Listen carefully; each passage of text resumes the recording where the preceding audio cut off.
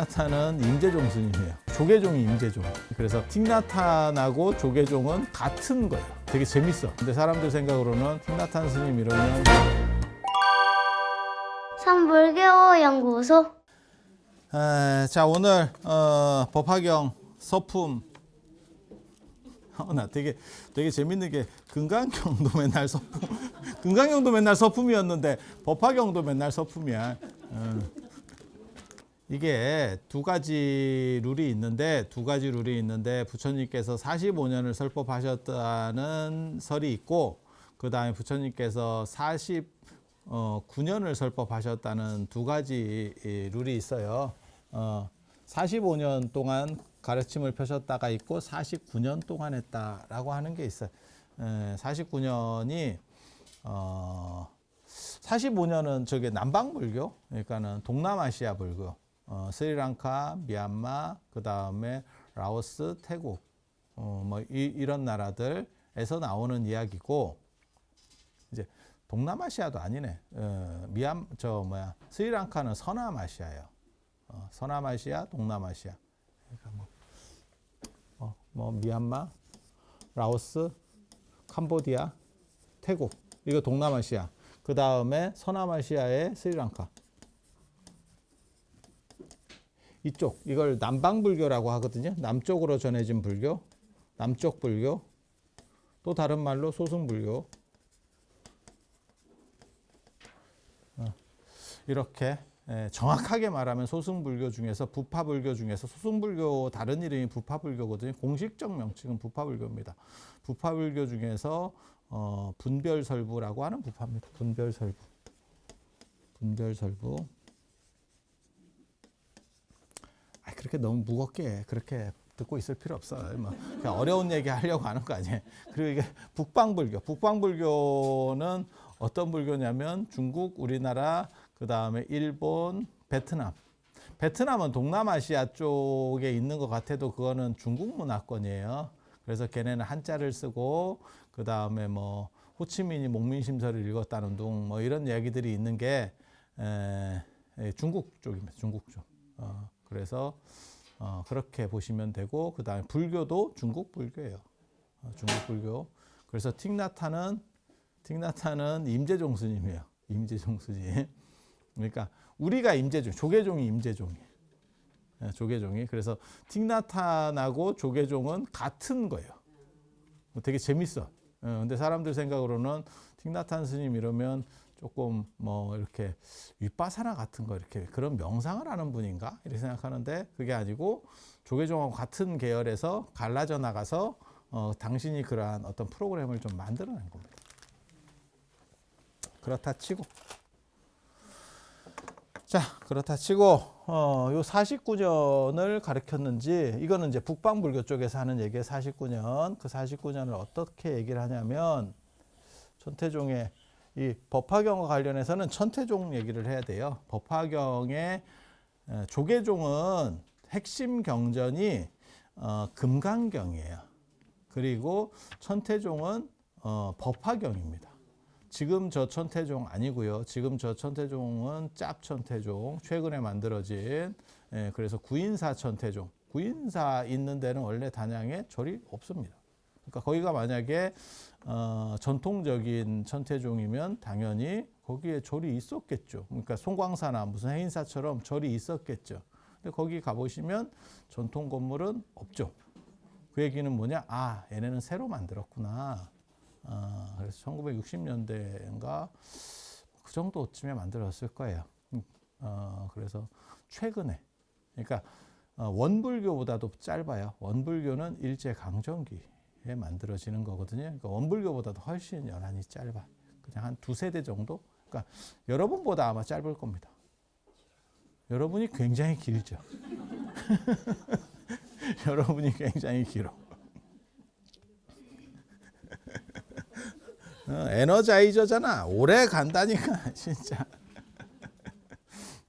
종단보다 길어. 사람이 종단보다 길어. 근데 우리나라는 진짜 좀 재밌지. 왜냐하면 오래 사시는 분들은 몇 개국을 사셨지. 한 나라에 있었는데 뭐 대한제국부터 해가지고 일본도 한번 살아봤고 안 가도 돼. 뭐 그냥 다 돼. 미국 사람도 한번 돼봤고 그 미군정 시절. 그다음에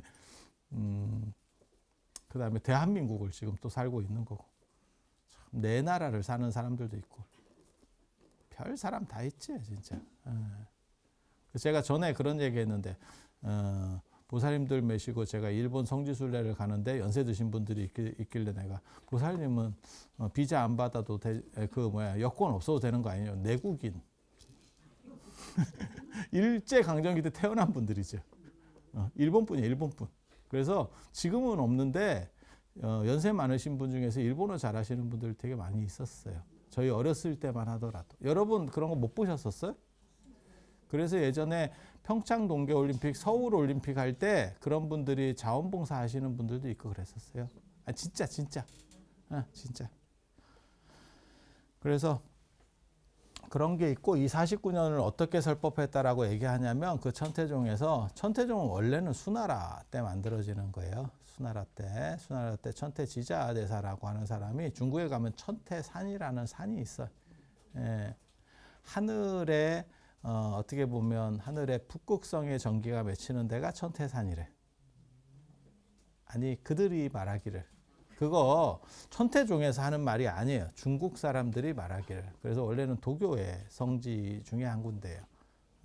그래서 하늘에는 북극성이 있고 북극성이 황제라고 생각하는 거예요. 별 중에 움직이지 않는 별, 지존. 그리고 그 기운이 땅에 맺히는 데가 천태산이에요. 천태산. 이 천태산 하면 유명한 게 천태지자대사의 천태종 수나라 때 수양제 뭐 이런 거 우리 그 고구려 수양제 뭐 백만대군 어쩌고저쩌고 하는 그 시절입니다. 그 시절. 또 하나가 뭐냐면 나한신앙 나반존자. 여기 운문사 사리안 가면 나반존자 있잖아요. 근데 나반존자 예부를 어떻게 하냐면 천태산상 독수선정 나반존자예요. 천태산에서 혼자 선정을 닦고 있는 나반존자. 그래서 내가 그 만나러 갔잖아.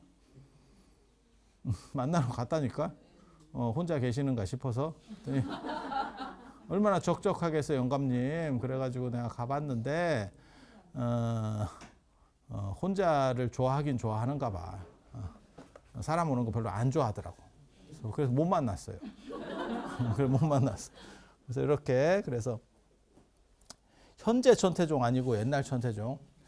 이 천태종은 언제 없어지냐면 우리나라에도 들어왔어요. 언제 들어왔냐면 고려 중기 때 고려 문종의 넷째 아드님이신 대각국사 의천스님이 들여왔어요. 그래서 그때 이제 송나라 때입니다. 송나라 때. 우리나라니까 굉장히 늦게 들어와요.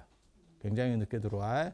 그래서 의천스님이 중국의 송나라에 유학을 갔다가 그때 뭐 사연이 굉장히 많습니다. 그 유학 가는 사연이 아버지랑 형이 못 가게 계속 막거든요. 다 왕입니다. 아버지도 왕이고 형도 왕이고 다 왕이야.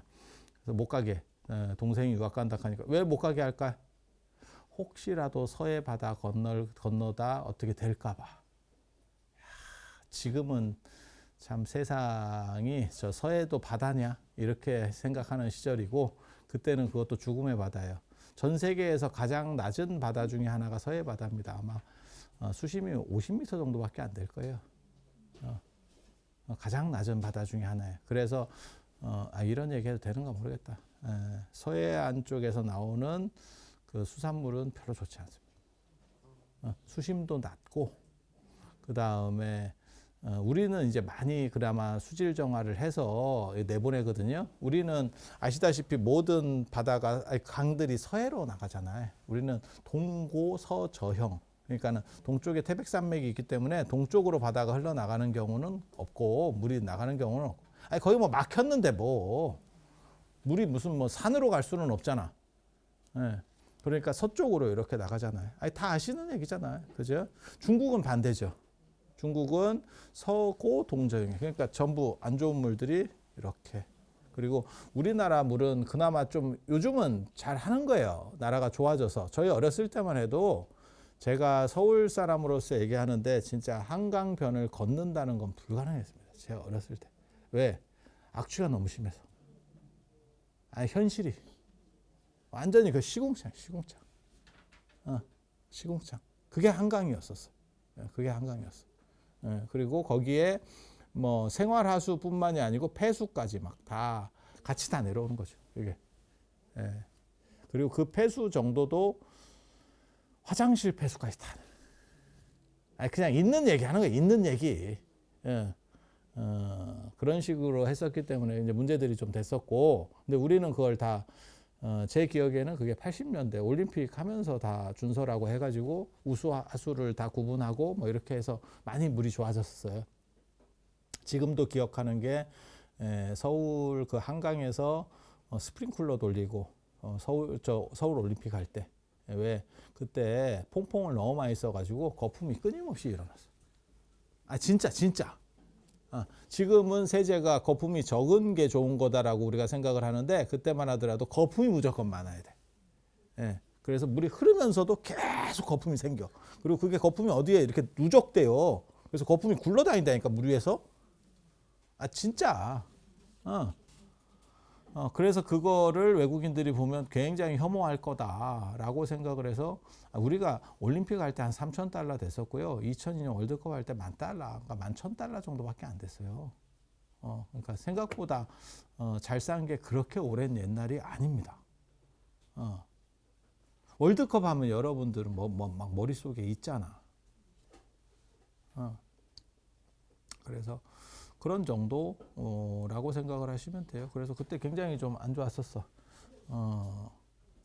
그러던 시절도 있었지. 그러던 시절 있었지. 그래서 중국은 아직도 뭐 상당 부분 그럴 거라고 생각을 아니 뭐 중국을 꼭 폄하해서 하는 얘기는 아닌데 저개발 국가에서 그런 거를 다 처리해서 내보낸다는 게 힘들어요. 그건 돈이 굉장히 많이 드는 일이기 때문에 우리는 다 처리가 돼서 수돗물을 안 먹는 정도잖아. 그죠? 수돗물, 그러니까 그런 얘기 하잖아요. 전 세계에서 수돗물을 직접 마실 수 있는 진짜 몇 손가락 안에 들어가는 나라가 우리나라예요. 유럽에 가서도 수돗물 못 마시잖아. 우리는 그냥 약간 찝찝할 뿐이지 큰 문제는 없죠. 근데 다른 데는 먹으면 문제가 생기죠. 아니, 맞잖아. 외국 나가면 늘상 듣는 얘기잖아. 그걸로 양치질 정도만 하고 절대 마시지 마라. 그리고 수도꼭지가 아예 따로 있는 경우도 있죠. 호텔 같은 경우는. 요거는 이제 정수돼서 나오는 물. 그렇게. 그래서 서해가 가장 좀 상태가 안 좋은 바다. 그래서 서해안 쪽에서 나오는 거는 몰라. 뭐 난 저 후쿠시마 오염수가 어디까지 어떻게 퍼지는지는 모르겠는데 그거보다 심하지 싶습니다. 원래 서해가 일본의 방류를 정당화해주는 얘기는 아니고 아마 그럴 거다라고 그냥 내 뇌피셜. 그래서 이 천태산이라고 하는 데는 아니 천태종이라고 하는 거는 언제 없어지냐면 우리나라에서는 조선 초에 없어져요. 조선 초에 정확하게 말하면 세종 때 없어집니다. 세종 때. 그러니까 계속 내려왔었어요. 고려 중기에 들어왔고 그때 이제 그 서해바다 갯불도 아닌 서해바다를 넘어가는 걸 가지고 문제가 됐었고 그때 이제 정원법사라고 화엄종 배우러 가거든요. 원래 의천 스님이 화엄종 스님이에요. 그래서 갔다가 거기서 이제 천태산에 가서 천태대사의 가르침을 이제 요 좀 배우고 내가 천태종을 고려에 가면 창립을 하겠다. 이렇게 해서 돌아오셔가지고 천태종을 만들고 그 천태종에서 하는 기본 경전은 법화경 그리고 또 하나가 뭐냐면 유명한 게 관세음보살입니다. 천태종의 메인 본전은 그러니까 보통 일반 우리 조계종 절들은 다 대웅전이잖아요. 그리고 석가모니 부처님을 모시고 있고 물론 그렇지 않은 경우들도 가끔 있어요. 그러니까 이제 무슨 뭐 해인사라든지 이런 데 가면 비로자나 부처님 화엄종이니까 예전에 화엄종이었기 때문에 화엄종 선종은 비로자나 부처님을 모십니다. 그리고 가장 보편적으로는 석가모니 부처님을 모시고 천태종은 관세음보살을 모십니다. 그걸 원통보전이라고 합니다. 원통보전. 그래서 아마 지금 현재 천태종도 관세음보살 정건을 할 걸. 네, 그렇게. 그런데 이 천태종은 조선 초에 세종이 이렇게 통합할 때 그 기록에 보면 그렇게 나와요. 천태소자종, 천태법사종 이래가지고 천태종이 2개가 있을 정도로 상당히 괜찮았어요. 괜찮았는데 다 날아갔죠. 그래서 세종 때 날아갔으니까 한 500년 전에 끝난 거고, 지금 있는 거는 지금 이제 새로 만들어져. 그러니까 이름만 같은 거예요. 이름만 같은 거. 실체가 있느냐? 아니, 그건 아니고 500년 동안 단절됐는데 무슨 실체가 있겠어. 그거랑 똑같은 거지. 예. 율곡이의가 어떻게 생겼는지 아무도 몰라요.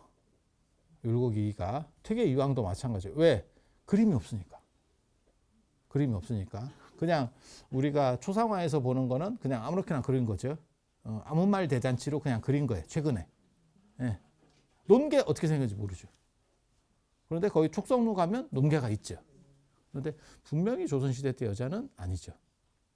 조선시대 때 여자는 광대뼈가 튀어나오고 하관이 발달하게 돼 있거든. 왜냐하면 거친 음식을 많이 씹어 먹어서 그래. 현미밥 같은 거 많이 먹으면 오징어 많이 씹는 사람 같이 돼. 이렇게.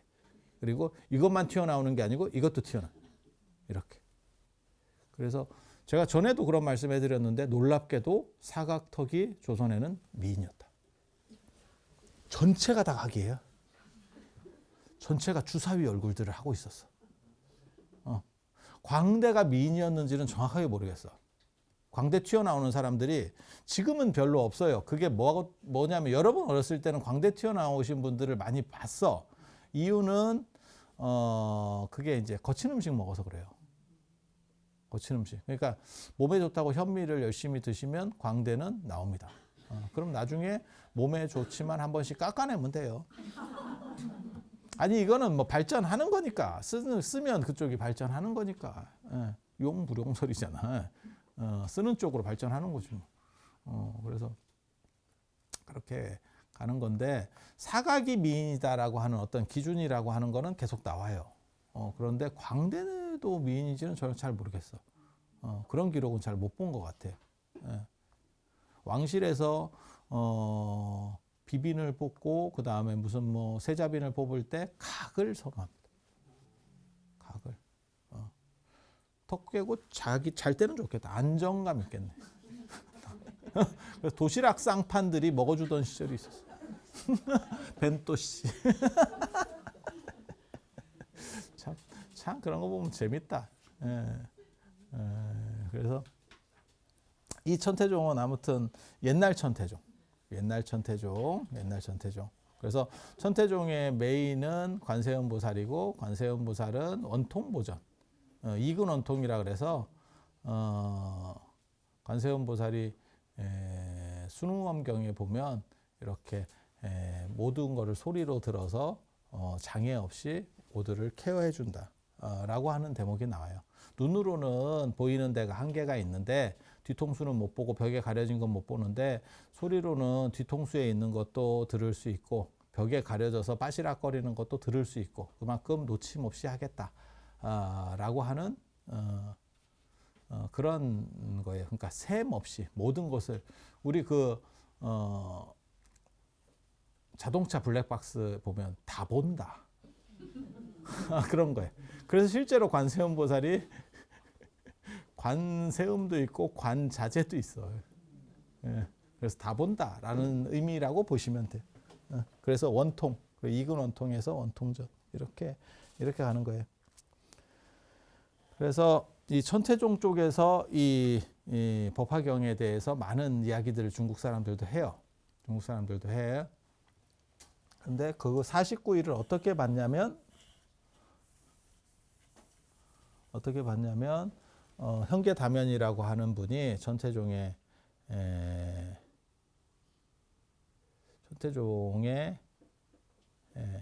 해문, 해사, 그 다음에 천태지의, 그 다음에 장안간정, 그 다음에 지위, 해위, 현랑, 그 다음에 다면, 뭐 이런 족보들이 있어요. 그런 천태종 족보들이 있거든요. 그 계보들이 맞는 건 난 모르겠다. 요즘 이런 거 잘 안 외워가지고 천태종 외울 일이 별로 없으니까. 그래서 그렇게 내려가는데 그 다면 현계다면이라는 사람이 굉장히 중요한 사람이에요. 천태 지자대사와 더불어서 가장 중요한 분 중에 한 명인데 그 양반이 49년을 부처님께서 어떻게 설법하셨다라고 얘기하냐면 아함경 초기 경전을 12년 동안 설하시고 대승경전 방등경 대승경전을 8년 그 다음에 반야경이 뭐냐면 금강경도 이 반야경 안에 속하는 거예요. 반야신경도 이 반야경 안에 속하는 거고 22년을 설하셨고 그 다음에 법화경과 열반경을 8년 동안 설하셨대. 근데 이 법화경에 보면 나중에 뒤에 뭐라고 나오냐면 내가 깨달은 지 한 40년 정도 됐다. 이런 얘기가 나옵니다. 그래서 49년이라고 하니까 열반경은 하루입니다. 하루 돌아가신 하루 만에 하신 거예요. 그러니까 요 8년이라고 하는 게 실제로는 법화경을 얘기해요. 법화경을 얘기하는 거예요. 요건 하루거든요. 하루. 그리고 화엄경은 37일, 21일이에요. 21일. 그러니까 뭐 이거는 뭐 빼도 될 정도로 기간이라고 잡기도 요거하고 요거는 기간으로 잡기가 조금 그렇죠. 이건 하루 21일이니까. 그래서 이거는 무슨 뜻이냐면 부처님이 49년 설법하신 것 중에서 한 40년쯤 뒤에 그러니까 부처님이 80에 돌아가시잖아요. 그러면 부처님 한 72세 정도부터 법을 설하셨다. 뭐 이런 정도라고 계산을 하면 돼요. 그냥 이 사람 주장에 따르면 이게 진짜냐 가짜냐를 떠나서 이 사람은 그렇게 봤다. 현계다면이라는 사람은 그렇게 봤다. 그래서 뭘 얘기를 하려고 하냐면 법화경을 설할 때 뭔 얘기를 하려고 하는 거냐면 여기 맨 첫 장에 보면 책을 좀 봐. 책 좀 봐. 거기 보면 교진여가 나오고 마하가섭이 나오고 이 법화경을 설하실 때 부처님 제자들 이름이 나와요. 교진여, 마하가섭, 우르빌라가섭, 가야가섭, 나제가섭, 사리불, 목건년, 마하가전년, 아누루따, 겁빛나, 교범바제, 이파라, 뭐 필름가바차, 바꾸라, 마하구치라, 난타, 손타라, 난타, 부르나니다라니자, 부르나 설법제일 부르나, 수보리, 아난, 나후라 등이 있었다. 라고 나오는데 이 중에서 아마 아약교진여는 돌아가셨을 겁니다. 돌아가셨을 겁니다. 우르벨라 가섭, 나제 가섭, 가야 가섭 돌아가셨습니다. 그리고 부르나 존자도 아마 돌아가셨을 걸로 추정됩니다. 이 정도 연세면. 그래서 이런 돌아가신 분까지 왜 나오느냐? 권위를 빌리기 위해서 큰 제자들 이름을 넣은 거예요. 그러니까 부처님 만년이 되니까 부처님보다 연세 많으시거나 이런 분들, 그다음에 동년배 비슷한 분들은 돌아가셔요. 돌아가셔요. 그건 뭐 이제 어쩔 수가 없는 거지. 나중에 여러분도 마찬가지지만 연세가 많으시면 이제 상조 모임이 되죠. 그러니까 청첩장 올 때가 좋은 거고 이제 부고장 오지. 부고장 오지. 인생이 다 그렇지 뭐. 그래도 그래서 그 비밀번호랑 잘 공유해 놓으래. 아들이 비밀번호를 못 끊어서 부고장을 못 보낸대. 그 얘기 들어봤어? 너무 슬프지? 우리 엄마가 너무 복잡하게 비밀번호를 걸어놔가지고 보통은 이게 뭐지? 이러면서 이렇게 해야 그래서 전에 누가 그러던데 아직 안 갔으면 귀신으로 나타나서 비밀번호 좀 가르쳐주고 꿈에 나타나서 비밀번호 좀 패턴 좀 가르쳐달라고. 자, 그래서 요렇게 그 권위를 위해서 땡겨온 거다라고 생각을 하시면 돼요. 그리고 더 배울 게 있는 비구 2,000명도 있었다. 또 배울 거 없는 그러니까 배울 거 있는 사람들, 아직 수행 중인 사람들, 그 다음에 배울 거 없는 사람들도 2,000명이 있었다. 또 비구니 얘기가 나옵니다. 그러니까 보면 뭐가 있냐면 깨달은 비구들, 그 다음에 깨닫지 못한 비구들. 비구가 두 충차가 있는 거예요. 깨달은 분, 그 다음에 깨닫지 못한 분. 그 다음에 비구니 스님. 비구니 스님이 마하프라자파티는 당신 이모입니다. 이모입니다. 이 이모가 어떻게 출가했는지 좀 이게 얘기거리가 되게 많습니다. 되게 재밌습니다. 보통 사람들은 당연히 당신이 막 목매서 출가한 걸로 아는데 그렇지 않을 확률도 상당히 있습니다. 상당히 있습니다. 뭔 사연이 있었는지는 저도 잘 모르겠어. 근데 부처님하고 분명히 이모랑 그렇게까지 사이가 좋지는 않았던 것 같아. 그 사연이 뭔지 정확하게 잘 모릅니다. 모르는데 정황상 사람들이 이거 아무도 모르거든. 다 사이가 좋은 줄 알아. 근데 정반왕이 부처님 아버님이고 그 당시에는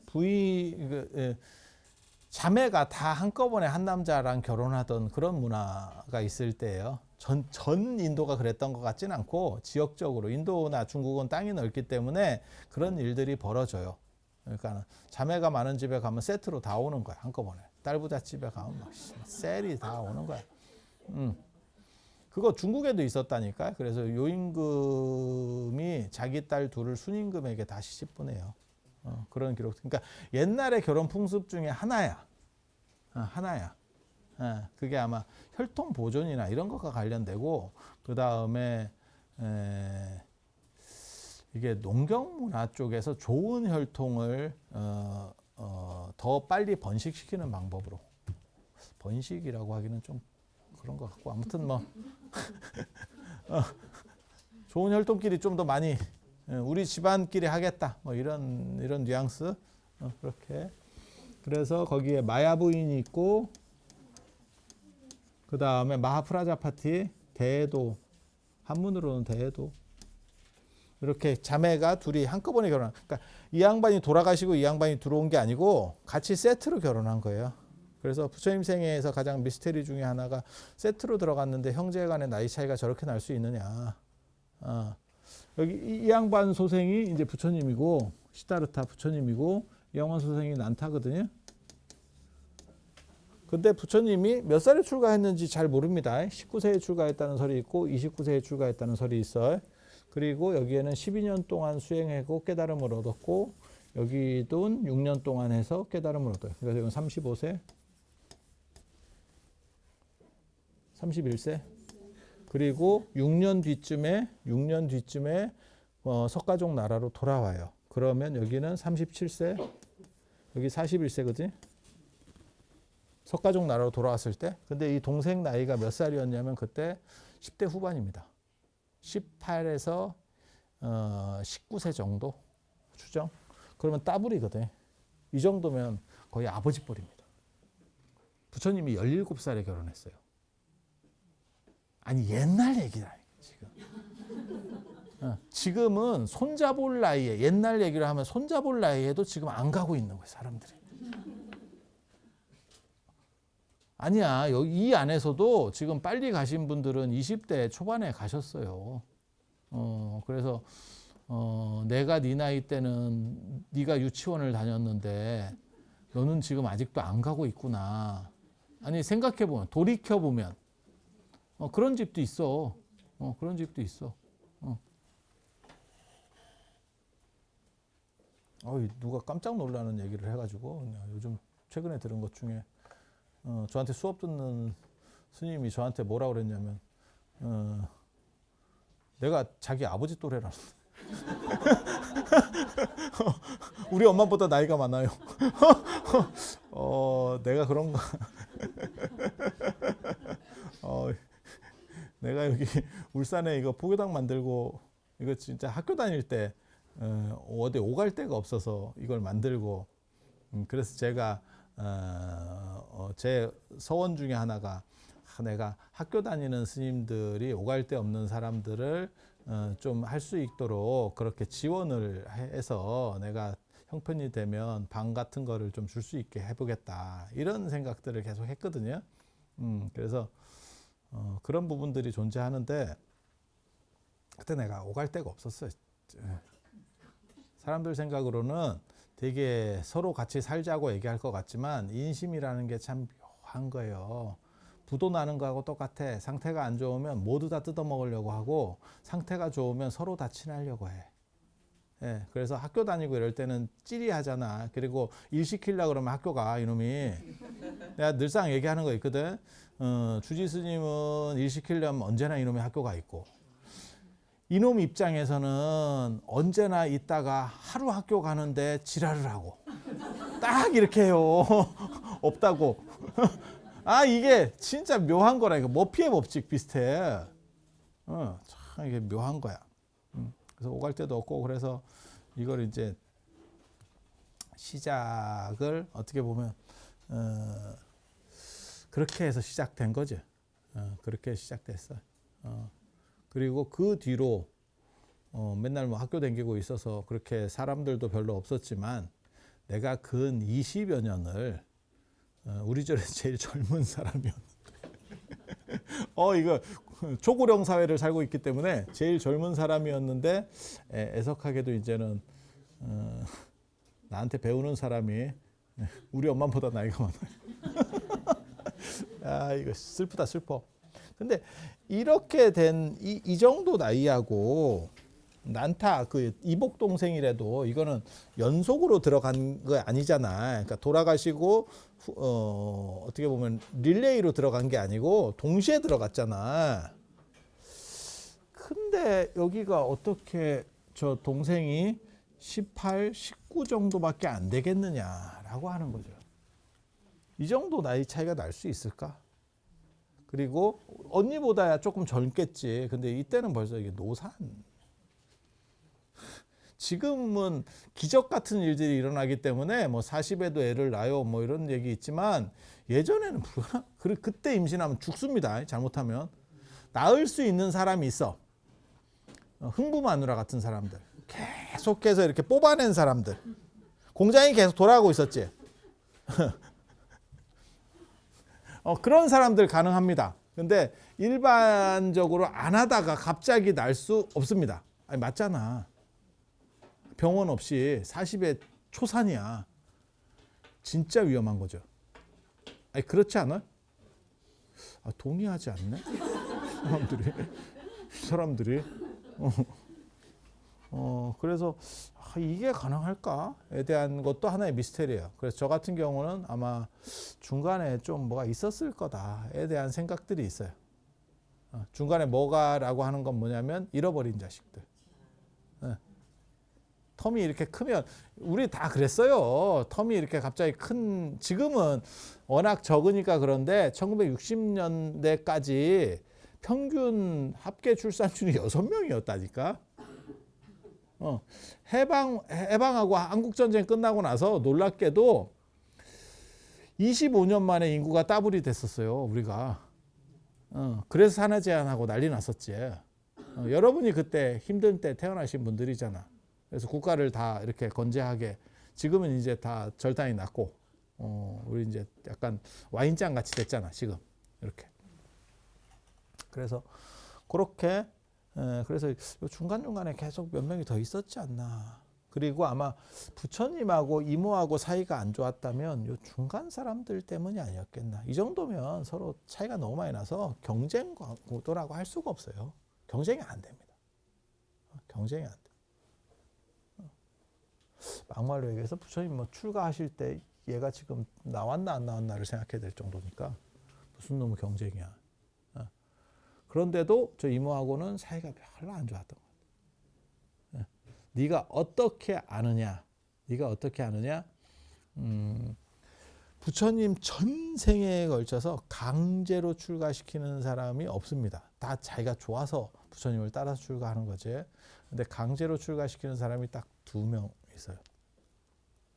2명 있어요. 그게 난타. 그 다음에 장신 아들인 라우라예요. 라우라. 강제 출가를 시켜버리거든. 친족이니까 아마 가능했을 거고.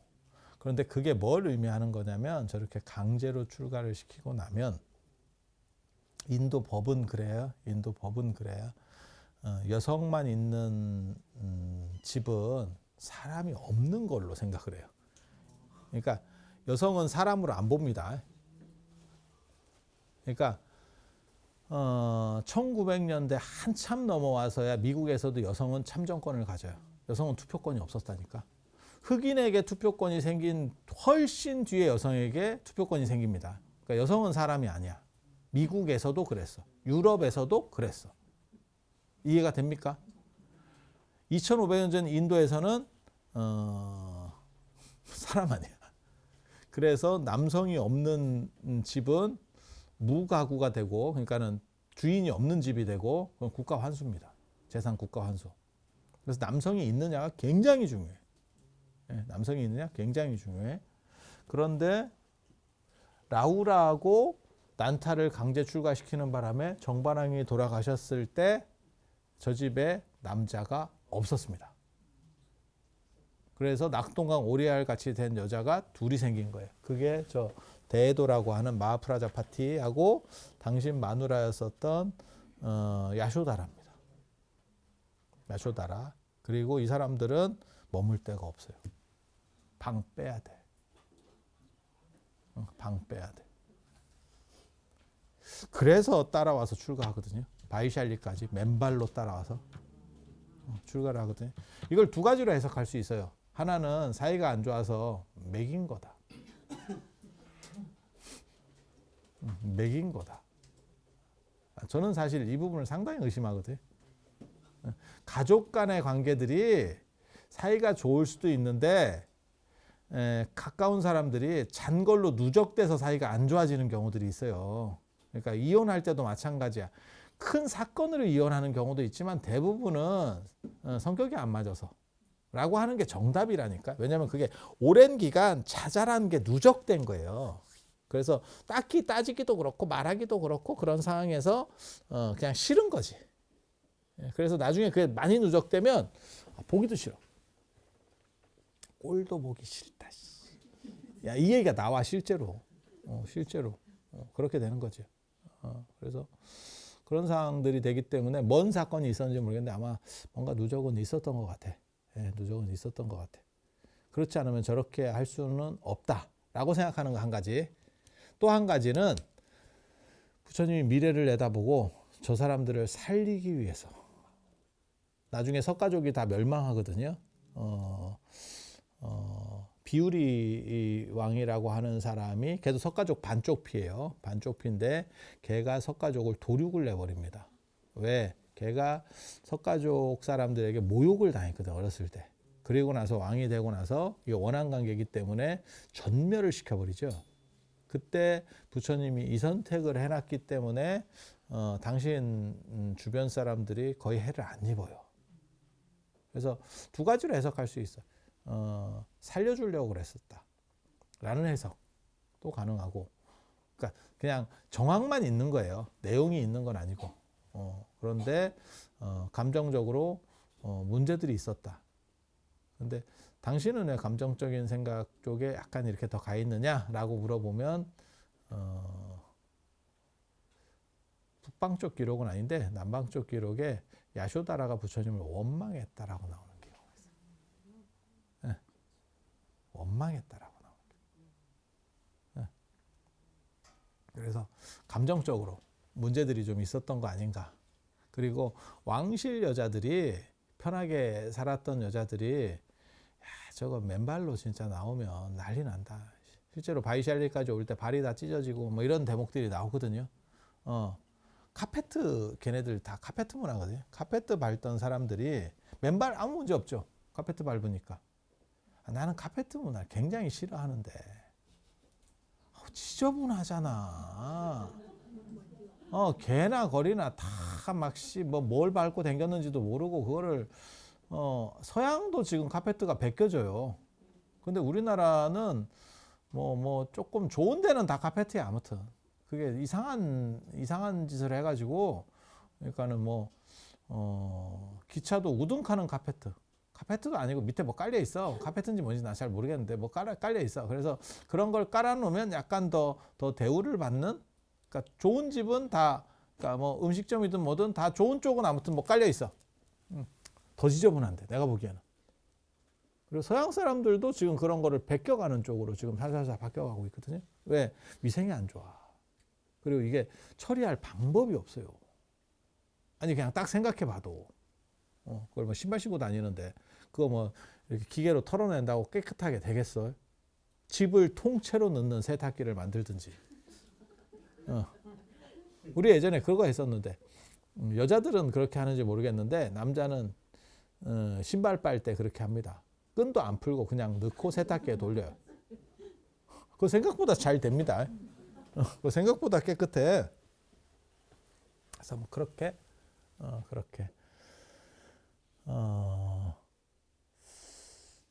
그래서 그런 카페트 밟던 사람들이 맨발로 나오면 진짜 절단 나죠. 맨발로 땅 한번 밟아봐. 난리 나죠. 그래서 그때 굉장히 고통스럽게 따라오고 뭐 이런 약간 굴욕적인 부분들 뭐 이런 것들이 기록에 남아 있어요. 그래서 여러 가지 생각들이 굉장히 많습니다. 그런데 여기에 그 마하프라자파티하고 야쇼다라가 나오죠. 이 양반들은 나중에 비구니 승단에서는 최고 대표격으로 됩니다. 왜? 백그라운드가 좋잖아. 그리고 마하프라자파티가 첫 비구니예요. 그러니까 처음으로 비구니 스님이 됐으니까 먹어주는 게 있죠. 그리고 그곳에는 8만의 보살들도 있었다더라 라고 하는데 이게 굉장히 재밌는 거거든요. 그러니까는 이것도 어떻게 보면 신분을 잘 나타내 주는 거예요. 그러니까 봐봐, 부처님이 법을 설하려고 하시는데 비구, 깨달은 비구, 비구 스님, 남자 스님, 깨달은 사람, 깨닫지 못한 사람, 비구니, 여자 스님, 그리고 보살 이야기가 나오죠.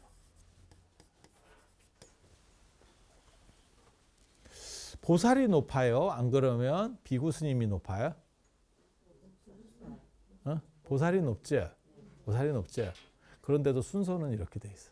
모든 대승경전이 이렇게 돼 있어. 그건 왜 그러냐면 초기 부파불교 때 스님들이 높았던 위상이 있고 요게 나중에 부가되는 쪽이기 때문에 그 순서를 못 바꾸는 거예요.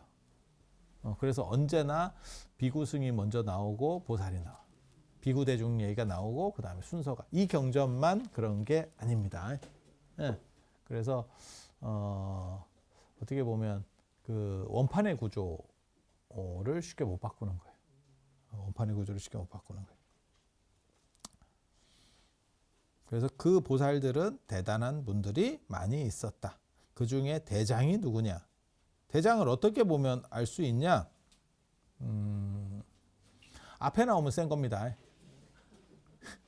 앞에 나오면 아까 그 교진여도 맨 앞에 나왔잖아요. 교진여가 첫 제자, 부처님 첫 제자. 그러니까 그 지분으로 맨 앞에 등장을 하는 거고. 여기 보살들 보면 문수보살, 관세음보살, 대세지보살, 상정진보살, 부류식보살. 이 부류식보살 이거 이름 좋네. 워커홀릭이네. 일중도인갑다. 휴식을 안 하네. 야, 씨. 보장보살, 야광보살, 용시보살, 미륵보살, 보적보살, 이거 도사보살이 있네. 우리 어렸을 때 그 사자 직업이 한참 유행할 때, 지금도 뭐 사자, 뭐 그래갖고 열쇠 세계 뭐 이런 얘기 들어보셨죠? 그래서 다 남들 뭐 사자 할 때 난 도사 이런 거 했었는데, 누가 그러던데 나는 마법사. 마법사가 뭐냐면 게임 할 때 남자애들. 그 다음에 나오는 게 신. 그러니까 여기 보살 나오고 그 다음에 이제 호법신들이 등장을 하죠. 그래서 제석천, 월천자, 일천자. 그래서 이런 신들이 또 나오고 뭐 자제천, 대자제천 이거는 이제 천상에 나오는. 그 다음에 사천왕도 나오고 그 뒤에 용이 나와요. 용. 이제 천용팔부라고 해서 천용팔부라고 들어보셨어요? 천용팔부 8개의 어떻게 보면 범주 천용을 필두로 하는 천용 아수라, 가루라, 긴나라, 마우라가, 야차, 건달바 이렇게 해서 8종류예요. 그걸 이제 호법선신이라고 하는 거예요. 요 신이 요 천에 해당하는 겁니다. 그 다음에는 용이, 용신앙이 굉장히 강력해요. 그래서 여기서 8대 용왕이 나옵니다. 8대 용왕, 8대 용왕, 난타 용왕, 우바난타 용왕, 사가라 용왕, 뭐 이렇게 해갖고 8대 용왕. 그 다음에 긴나라, 건달바, 아수라, 가루라 뭐 이래가지고 이런 쪽들이 쭉 나오게 돼요. 그래서 전체적으로는 이런 서열 구조를 가지고 있다더라. 그리고 앞에 나오는 게 세다더라. 그러면 비구 스님이 의외로 대승불교에서 상당히 약진을 하고 있구나. 대승불교에서는 이쪽 중심인 줄 알았는데 실제로는 요 지분, 전통적으로 있었던 저 지분을 무시할 수 없었구나. 그리고 이 경전만 그러냐? 아니에요. 모든 대승 경전이 똑같습니다. 모든 대승. 그러니까 당신들이 말하려고 하는 거를 비틀고는 있지만 사상적으로 비틀고는 있지만 그 기본 틀을 완전히 무너뜨리지 못했어요. 그래서 대승이 소승에 완전히 이렇게 뭐랄까 분리될 수 있느냐에 대한 논점들이 저 안에서도 존재하는 겁니다. 그리고 언제 나오냐면 이게 이제 기원전후 얘기가 나와요. 부처님 돌아가시고 한 500년 뒤쯤에 나중에 읽다 보면 그 얘기가 나와. 그러면 그때쯤에 이런 것들이 잘 뭉쳐져서 그때 시대가 완전히 변했어요. 그러니까 지금도 그런 거 있잖아.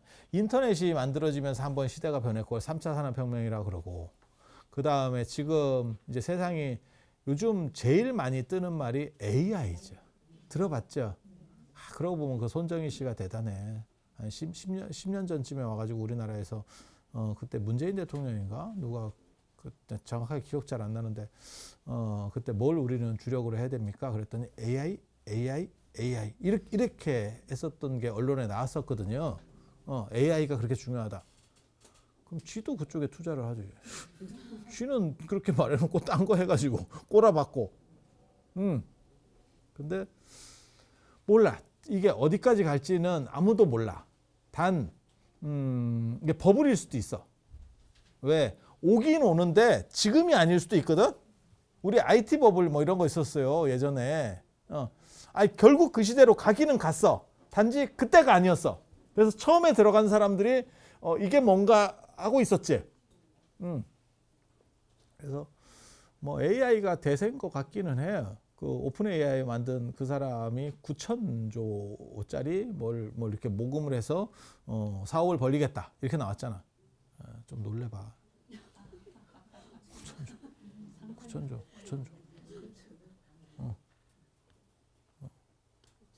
야, 1,000조면 우리나라 주식을 다 산다. 우리나라 전체 기업을 다 사겠다. 현대 기아차 저거 한 40조 되나. 요즘 좀 올랐나 어쩌나 이러고 있는데 삼성이 400조, 500조까지 채 안 될 거예요. 저 잘 몰라요. 그냥 그 근처일 거예요. 요즘 좀 올라가지고 조금 넘어갔을 수는 있는데 그 근처예요. 언제나. 야, 9,000조를 모아서 뭘 해보겠다.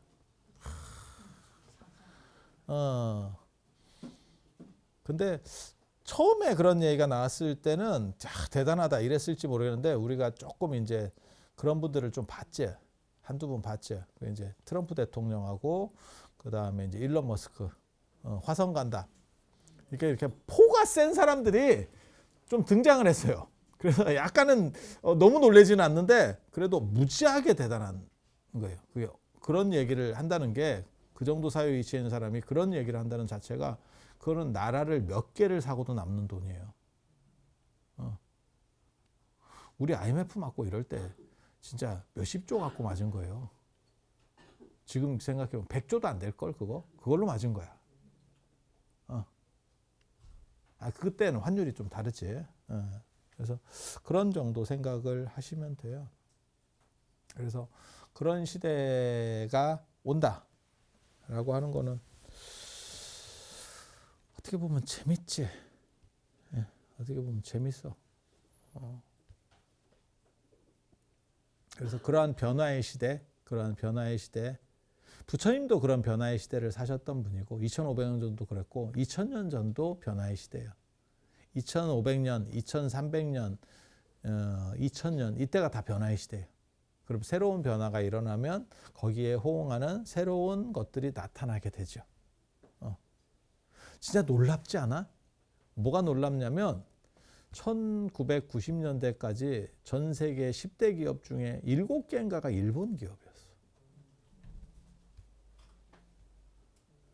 지금 없을걸요? 지금은 거의 다 미국 기업이에요. 우리가 들어본 기업, 뭐 아마존, 마이크로소프트, 아니면 뭐 테슬라, 엔비디아, 뭐 할 거 없이 구글 이런 게 다 미국 기업이에요. 그리고 90년대까지 일본이 그렇게 잘 나갈 때 뭐였냐면 다 제조업이었었어요. 막 뭘 만들고 이렇게. 우리도 그래서 일본 옆에 있었기 때문에 우리도 제조업 기반의 국가잖아. 아니 그렇지 않아요? 그런데 이거는 지금 미국이 주도하는 저런 기업 형태들은 없죠. 없어. 그냥 프로그램 팔아먹고 있다니까. 마이크로소프트 저장 공간하고 윈도우 팔아먹고 있다. 누구는 배송, 누구는 검색, 뭐 이런 거 하고 있죠. 그런 시대가 바뀌었는데 거기에 일본은 적응하지 못해서 30년 동안 꼬라박았고 우리는 그래도 열심히 와가지고 상당히 많이 올라갔고 미국은 부럽고요. 미국은 부럽고요. 그래서 그 얘기 있잖아요. 미국과 중국이 치고받고 싸우기 전까지만 하더라도 그러니까 코로나가 되면서 미국이 더 떡상한 거거든요. 그래서 지금 우리나라가 어려워지는 게 미국이 경기가 너무 좋으니까 저것들이 금리를 안 내리니까 우리도 어려운데 금리를 내려서 어떻게 좀 해야 될 것 같은데 못 내리죠 지금. 아니 맞잖아. 쟤네는 호황이고 완전 고용 상태입니다. 완전 고용 상태는 그러니까는 100% 고용이에요. 그런 경우도 있습니까? 이게 몇 프로 이하로 떨어지면 완전 고용으로 봐요. 그건 지가 그냥 그만뒀다가 왔다 갔다 하는 놈들이 있어. 메뚜기 같은 놈들이 있어. 그래서 그 정도가 완전 고용 상태. 그러니까 미국은 지금 그런 상태예요. 그리고 그 코로나 때문에 그렇게 되는 이유는 뭐냐? 걔네는 물건 파는 놈들이 아니니까. 코로나 때 완전히 어떻게 보면 인터넷 쪽에 있는 것들이 떡상을 했죠. 우리 주변에서만 보면 쿠팡이 이마트를 이길 거라고 어떻게 생각했어? 신세계 이마트를 쿠팡이 저거 뭐예요? 저거 어디 택배 회사 이러다가 아니 사실이잖아. 어떻게 쿠팡이 이마트 신세계 그게 그거 그냥 생각만 해도 됐죠. 됐죠. 주가로만 이긴 게 아니고 어떻게 보면 고객 수도 이겼고 뭐 다 이겼죠. 그 격차가 더 벌어질 거거든. 그러니까 미국과 어떻게 보면 중국도 그런 상황이 돼버린 거죠. 그러니까 코로나 전에는 뭐라고 얘기했냐면 뭐 2040년 뭐 이때쯤 되면 중국이 미국을 따라잡을 거다.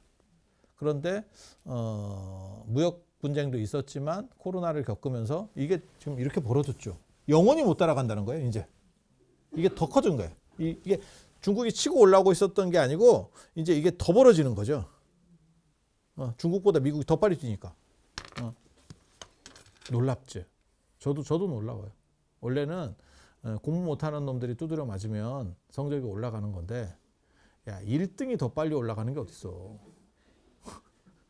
야 1등 아니 그렇거든. 제일 공부 못하는 애들은 선생님이 뒤지게 패기 시작하면 그게 좀 올라가요. 내가 그거 봤다고. 나 고등학교 때 진짜 목격자기도 하고 맞은 사람이기도 한데 좀 불쌍하지. 내가 그 양쪽 다 걸려 있었던 사람인데 그때 15반까지인가 있었는데 되게 많을 때니까 저희 때만 하더라도 15반인가 뭐 13반인가 기억도 안 나네. 10몇 반까지 있었어. 한 반에 60 몇 명이었고. 그랬는데 아니 뭘 와야 다 그랬잖아. 다 그랬잖아. 그렇게 해서 반에 10등 들면 잘하는 거였고, 그리고 우리는 그래도 강남 8학군이었었어. 근데 지금은 10등 하면 중간이잖아. 그죠? 10등 하면 중간. 뭐 어쩌라고 이렇게 되는 거고 지금 시절이 바뀌었잖아. 그때 처음에 모의고사를 봤는데 우리 반이 꼴등을 했어요. 근데 그 선생님이 일부러 냅뒀던 거야. 그래놓고 이제 그걸 빌미로 사람을 패기 시작하는데 다 필요 없어. 밑에 20명만 패면 돼. 위에는 안 올라가. 팬다고 이게 쉽게 안 올라간다니까. 반 1등 하는 애가 팬다고 전교 1등이 되느냐? 안 돼요. 그거 올라간다는 건 무진장 어렵거든. 밑에 한 10에서 15명 정도만 열심히 패면 걔네가 한두 번만 보고 오면 평균이 쫙 올라가. 그래서 그 다음부터 우리가 계속 1등이었어. 그러면 상위가 바뀌었느냐? 상위는 똑같아. 상위는 똑같아. 그래서 인생이라는 게 우리도 그랬잖아요. 경제개발 우리도 할 때 보면 우리가 일제강점기 끝나고 일제강점기 때까지만 해도 그래도 괜찮아서 근데 한국전쟁에 너무 파괴가 됐기 때문에 진짜 완전 최빈국 전 세계 최빈국으로 떨어졌는데 그게 이제 군부 독재 이제 되면서 쫙 올라가잖아요. 그 속도가 엄청났지. 전두환 대통령 때가 제일 좋았다니까. 경제 성장은 10몇 %씩 성장을 했어. 이게 무슨 지금 이제 무슨 2% 3%만 돼도 감지덕지 아닙니까? 지금은 이런 상황이고, 아니 진짜잖아. 12% 막 13%가 찍혔던 시절이 있었어. 야 진짜 몇 년이면 따블이야. 그냥 계산으로 봐봐. 그리고 그 복리 개념이잖아. 10%씩 묶어서 가는 게 아니고 10%에 추가된 10%에 또 10%니까. 야, 그거 엄청나지. 그래서 이렇게 가다가 이제 10,000 넘어가면서 이렇게 이제 조금 꺾이고 그러다가 20,000 넘어가면 그러다가 어떻게 30,000까지 이렇게 오는 거지. 그러니까 점점 완만해지는 거지. 그렇지 않아? 근데 6만 7만 국가가 지가 혼자서 올라가는 게 어딨어. 금값 그래프하고 똑같아. 내가 금값을 자주 보는데 야 무슨 놈의 금값 40만 원 찍었어요. 한돈에 40을 찍었는데 갑자기 이게 저 중동 전쟁 터지고 뭐 하마스 저 전쟁 터지고 뭐 어쩌고저쩌고 하면서 쫙 올라가기 시작하는데 그리고 그 금값을 올리는 놈들이 중국이거든. 지금 중국이 경제가 안 좋으니까 돈을 갖고 있으면 손해라고 생각하고 금을 산다는 거야. 얘네가 지금 경제가 안 좋으면 화폐 가치가 떨어지잖아. 그러니까 물건을 잡아야 되는데 부동산 이런 거를 보통은 잡는데 부동산도 쟤네가 망했거든요. 그러니까 잡을 게 없는 거야. 그러니까 금을 그냥 있는 놈들이 싸질리기 시작하는 거야. 근데 중국이 지르면 뭐든지 다 올라가요. 한두 놈이 아니니까. 그래서 막 이렇게 지금 올라가는데 그래프를 보면 금값이 내가 그런 얘기 썼는데 제가 처음에 금을 살 때 4만 원 주고 샀는데 그게 뭐 이렇게 해가지고 하고 원래 금값은 한 35,000원 됐었어요.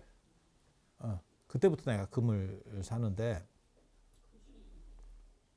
그때 IMF 때 내가 귀가 얇아가지고 애국자인 척 해가지고 내가 그때 털려가지고 털리지만 않았으면 그 나이에도 저는 그때 30돈이 있었습니다. 금 매니아야. 금 매니아.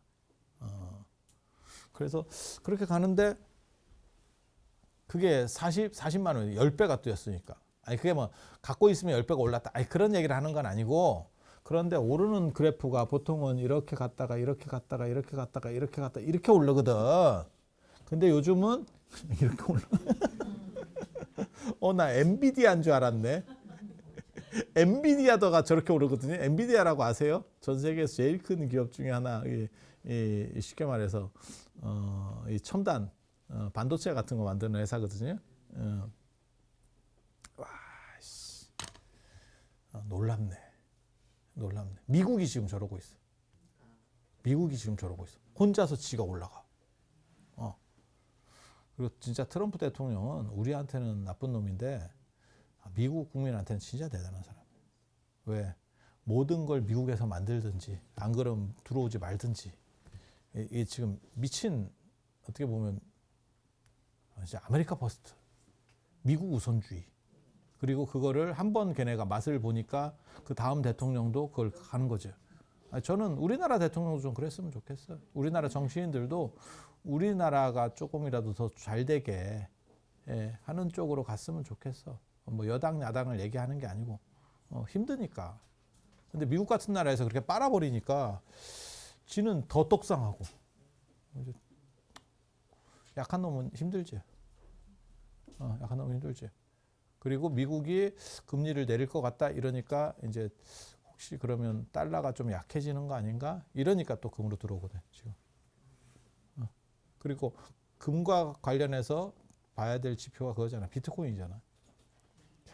1억이 가네 이게. 1억이 가네. 그 무당들 그 점쟁이들 다 필요 없어요. 그 굿하고 있을 필요가 없어. 비트코인 그럼 야 이거 몇 달 만에 몇 배가 올라간 거야? 몇 달에 3배다. 니 굿을 해야지.